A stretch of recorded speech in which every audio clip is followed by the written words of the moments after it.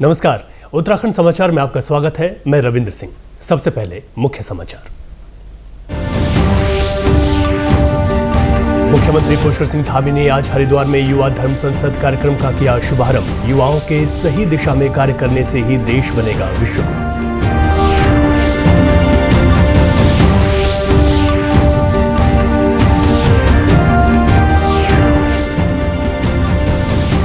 प्रदेश में भारी बारिश के कारण जनजीवन प्रभावित। बद्रीनाथ और केदारनाथ हाईवे समेत कई मार्ग भूस्खलन से अवरुद्ध। पिथौरागढ़ में 6 मकान ध्वस्त।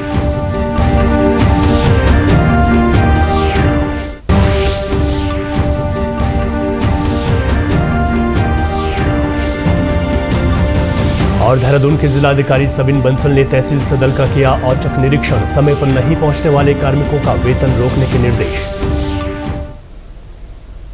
अब समाचार विस्तार से। मुख्यमंत्री पुष्कर सिंह धामी आज हरिद्वार पहुंचे, जहां उन्होंने पतंजलि ऑडिटोरियम में युवा धर्म संसद कार्यक्रम का शुभारंभ किया। मुख्यमंत्री पुष्कर सिंह धामी ने कहा कि यह कार्यक्रम देश की युवा शक्ति को राष्ट्र निर्माण में अपना योगदान देने के लिए अवश्य ही प्रेरित करेगा, क्योंकि यह संसद निष्ठावान और जागरूक नागरिकों के निर्माण का कार्य करती है।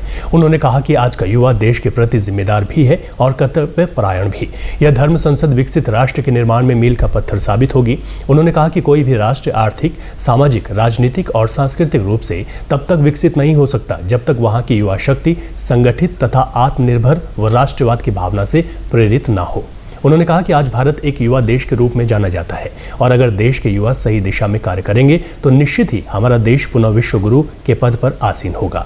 उन्होंने कहा कि देश को विश्व गुरु बनाने तथा वर्ष 2047 तक देश को विकसित राष्ट्र बनाने के लिए युवाओं को अपने कंधों पर जिम्मेदारी लेनी होगी। आप सभी प्रतिभावान युवाओं के आज के इस अवसर पर यह अपील करना चाहता हूं कि आप जिस क्षेत्र में भी जाएं, आप जो भी फील्ड चुने, जहां भी आप कार्य करें, आप सदैव आपके मन में हमेशा ये ध्यान रखना चाहिए कि राष्ट्र प्रथम है। आपके प्रत्येक कार्य से आपकी निजी प्रगति होने के साथ साथ ही देश के विकास में भी आपका योगदान अवश्य हो। आप देश के लिए भी कुछ करें। आप लोग अब अधिकांश हमारे युवा नौजवानों की ये ऐसी आयु है कि जिस पड़ाव में है वो आपके कैरियर के लिए भी ये बहुत ही महत्वपूर्ण पड़ाव है। मैं तो आप सबसे यही कहूंगा कि आप सब लोग इस समय में जो भी ठान लेंगे, जो भी आप संकल्प कर लेंगे और संकल्प में कोई विकल्प नहीं लाएंगे। प्रदेश में भारी बारिश के कारण आम जनजीवन व्यापक रूप से प्रभावित हुआ है। पिछले 24 घंटे में राजधानी देहरादून समेत लगभग सभी जिलों में कहीं हल्की और मध्यम तो कहीं भारी बारिश होने के समाचार हैं।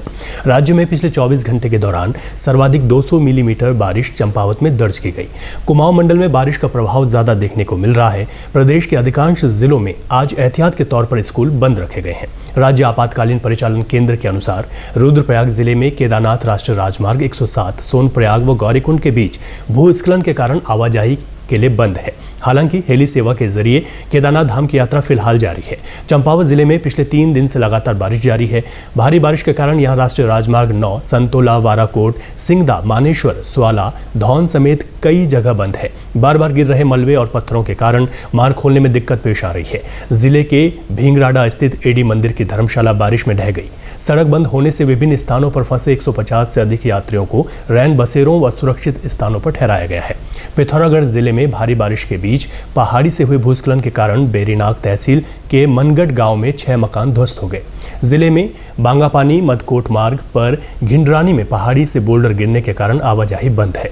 अल्मोड़ा जिले में भी लगातार तेज वर्षा हो रही है। अल्मोड़ा हल्द्वानी राष्ट्रीय राजमार्ग 109 कौरब के पास भूस्खलन के कारण पूरी तरह से बंद हो गया। चमोली जिले में 2 दिन से लगातार हो रही बारिश के कारण जनजीवन अस्त व्यस्त हो गया है। सड़कों और परिसंपत्तियों को नुकसान पहुंचा है। जिले में एहतियात के तौर पर आज स्कूलों को बंद रखा गया है। बारिश के चलते हो रहे भूस्खलन से बद्रीनाथ राष्ट्रीय राजमार्ग कमेड़ा में अवरुद्ध होने से यात्रियों को परेशानी का सामना करना पड़ रहा है। हालांकि प्रशासन की ओर से उनके लिए व्यवस्थाएं की गई हैं। चमोली के जिलाधिकारी संदीप तिवारी ने बताया कि गत रात्रि बद्रीनाथ राष्ट्रीय हाईवे बाधित होने से कमेड़ा क्षेत्र में फंसे 130 तीर्थयात्रियों को रात्रि विश्राम और भोजन की व्यवस्था की गई। मार्ग को दोपहर खोल दिया गया। नंदप्रयाग के पास भी यह हाईवे बंद है। जोशीमठ मलारी मोटर मार्ग पर लाता के पास दोनों तरफ से सड़क बंद होने पर वहां पर भी रात्रि को 40 लोग फंस गए थे, जिन्हें एसडीआरएफ की मदद से सुरक्षित निकाल लिया गया। मार्ग को छोटे वाहनों के लिए खोल दिया गया है। उन्होंने कहा कि प्रत्येक स्तर पर जरूरी सुरक्षात्मक कदम उठाए जा रहे हैं। 2 दिनों से जो लगातार बारिश हो रही है, उससे हमारा नेशनल हाईवे नंदप्रयाग और कमेड़ा में बंद हुआ था। उसके अतिरिक्त 34 ग्रामीण मोटर मार्ग हमारे बंद हैं, जहां मशीनें भेजी जा रही हैं कार्यवाही के लिए। और जो यात्री हमारे फंसे थे कल कमेड़ा साइट के बंद होने से, उसमें एसडीएम कर्णप्रयाग ने 130 यात्रियों की व्यवस्था गौचर और कर्णप्रयाग में रहने की एवं खाने की व्यवस्था करवाई। उसके अतिरिक्त जोशीमठ मलारी में जो 40 लोग फंसे थे, उनको एसडीआरएफ और एसडीएम जोशीमठ की टीम ने कल रेस्क्यू किया और सकुशल रेस्क्यू किया है। उसके अतिरिक्त जितने भी नदी नाले हैं, वहाँ लोगों से अपील की जा रही है उनके निकट ना जाएं, और पर्यटकों से अपील की जा रही है कि बारिश थमने तक अपनी यात्रा स्थगित रखें, सुरक्षित स्थानों पर रहें और मौसम खुलने के और रास्ते खुलने के उपरांत ही यात्रा को सुचारू करें। चमोली जिले में ग्रामीण क्षेत्रों को जोड़ने वाले 46 लिंक मार्ग भी बारिश के चलते अवरुद्ध हैं। इस वजह से ग्रामीणों को कई किलोमीटर पैदल आवाजाही करनी पड़ रही है। वहीं थराली, कर्णप्रयाग और गैरसैंण में विद्युत आपूर्ति बाधित हुई है। बागेश्वर जिले में पिछले 3 दिन से लगातार बारिश हो रही है। इस कारण सड़कों को काफी नुकसान पहुंचा है। आज भी जिले में बारिश के दौरान मलबा और बोल्डर आने से 10 सड़कें बंद हैं। इनमें पगना सक्तेश्वर मार्ग, पोथिंग शोभाकुंड मार्ग, कपकोट तेजम मार्ग, बनलेख से गणवा सिरमौली मार्ग, रावत सेरा माना कभाटा मार्ग, खती गांव से कपूरी मार्ग, काफली कमेड़ा मार्ग, भ्यू गडेरा मार्ग, कपकोट कर्मी और नामती चेताबगड़ मार्ग शामिल हैं। इस बीच बागेश्वर के जिलाधिकारी आशीष भटगाई ने लगातार बारिश के मद्देनजर आपदा प्रबंधन विभाग के कंट्रोल रूम का निरीक्षण कर व्यवस्थाओं की पड़ताल की। उन्होंने आपदा प्रभावितों से फोन पर वार्ता कर फीडबैक लिया। जिलाधिकारी ने बताया कि बंद सड़कों को खोलने के लिए कार्य चल रहा है। जनपद के अंतर्गत क्योंकि लगातार वर्षा हो रही है विगत दिवस से, तो जनपद के अंतर्गत अभी वर्तमान में 10 सड़कें जो हैं वो यातायात के लिए अवरुद्ध हैं। तो संबंधित जो डिपार्टमेंट्स हैं उनको निर्देशित किया गया है कि शीघ्रातिशीघ्र उन पर कार्रवाई करके उनको खुलवाने की व्यवस्था की जाए। जेसीबी वगैरह वहाँ पे तैनात हैं और आपदा के दृष्टिगत समूचा जो हमारा तंत्र है आपदा प्रबंधन का, सारे एडमिनिस्ट्रेटिव ऑफिसर्स और डिस्ट्रिक्ट एडमिनिस्ट्रेशन की जो पूरी टीम है उसको भी हाई अलर्ट मोड पे रखा गया है। सभी लोग अपने स्टेशन पे बने हुए हैं ताकि किसी भी स्थिति की सूचना प्राप्त होने पर उसका तत्काल उस पर कार्रवाई की जा सके और मौके पे सभी लोग पहुंच सकें। सभी को हाई अलर्ट मोड पे रखा गया है। देहरादून के जिलाधिकारी सविन बंसल लगातार जन शिकायतों के मद्देनजर औचक निरीक्षण कर रहे हैं। इसी क्रम में उन्होंने आज तहसील सदर का औचक निरीक्षण किया। इस दौरान उन्होंने उपस्थिति पंजिका का निरीक्षण करते हुए देरी से आने वाले कार्मिकों को चेतावनी दी और 10:30 बजे के बाद आने वाले कार्मिकों का 1 दिन के वेतन रोकने के निर्देश भी दिए। जिलाधिकारी ने कार्यालयों में जनमानस हेतु आदर्श माहौल स्थापित करने और जनमानस के साथ व्यवहार में सौम्यता रखने व आमजन की समस्याओं को संवेदनशीलता से निस्तारण करने के निर्देश दिए हैं। निरीक्षण के दौरान जिलाधिकारी ने तहसील परिसर में सीढ़ियों पर गंदगी पाए जाने पर कड़ी नाराजगी जाहिर की। जिलाधिकारी ने निरीक्षण के दौरान तहसील में वसूली के प्रकरणों की अद्यतन स्थिति की जानकारी लेते हुए वसूली बढ़ाने के निर्देश दिए। जिलाधिकारी ने पुराने तहसील परिसर में पार्किंग बनाने को लेकर भी निरीक्षण किया है।